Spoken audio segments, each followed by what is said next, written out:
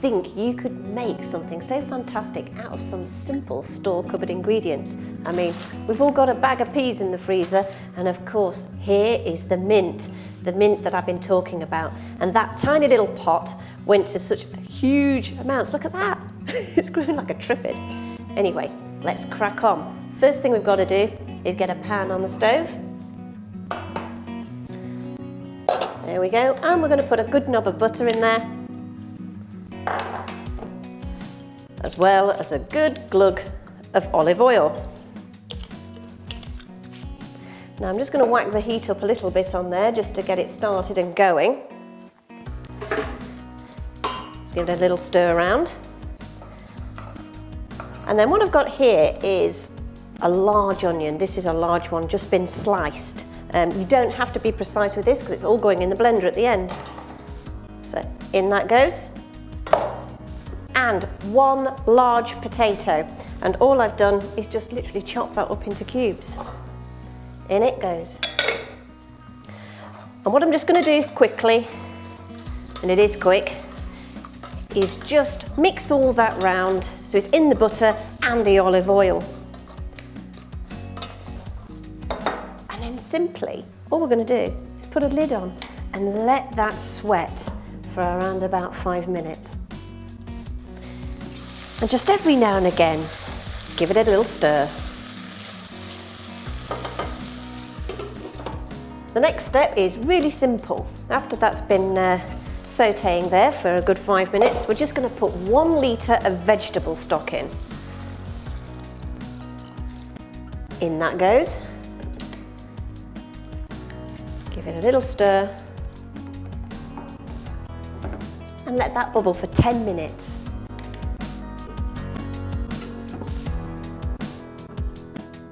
Now to add the peas. I've got 700 grams here, a nice big bag.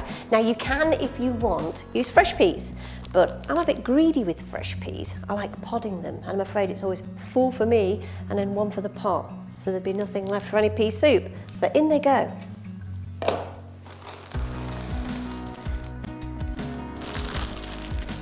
I'm just going to give them a little stir around there just to help them.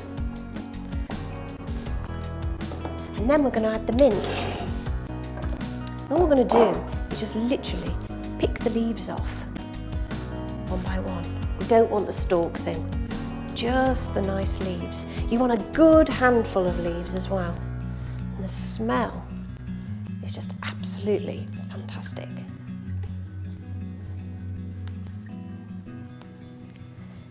So now, just another little stir.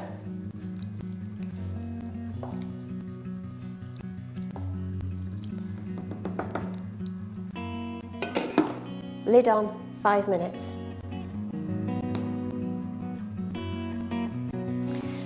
Well, after that's simmered for about 5 minutes, you'll find that the potato's nice and soft. Obviously, the peas are just cooked, as well as the onion. Everything will be wilted and tender. Now we're going to blitz it. Now, if you don't have a blender like this, don't panic. You can use the hand blender. You know, they're quite cheap nowadays. Anybody can get one from nearly just about anywhere, funnily enough. So what I'm going to do, and I will try not to make a mess, is just pour this into my blender. This may take a couple of sessions, depending on the size of your blender. So all we're going to do is just whiz away.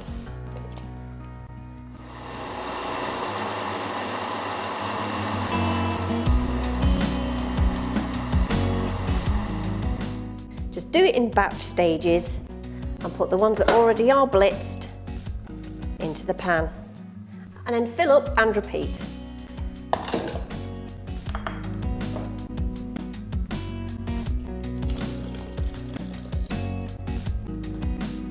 So as you can see, that's all been blended together now. Now you'll see that there is actually still some parts of the pea in it. Now I like it like that, but if you wanted, say for a dinner party, to make it really silky smooth, just run it through again a sieve, another pan, sieve over the top and pour the soup, and you'll find that that makes it really, really silky. So let's give that another stir. And I'm going to pour this into a nice bowl here. Also, also, again, if the soup is slightly thicker than you like, don't be afraid just to add, you know, a few more tablespoons of hot water or stock in there, that's no problem. What I'm going to do is I'm just going to have a little taste test just for some seasoning. So that's perfect for me because I suppose I'm used to actually cooking this quite a lot and I sort of know my seasoning. But you can also just check while it's in the pan, clean teaspoon, and just see if it needs a little added salt or pepper. But that's fine for me. You can also, don't forget, jazz this up with some nice crispy fried onions and some croutons. But either way, I think you're going to be absolutely delighted.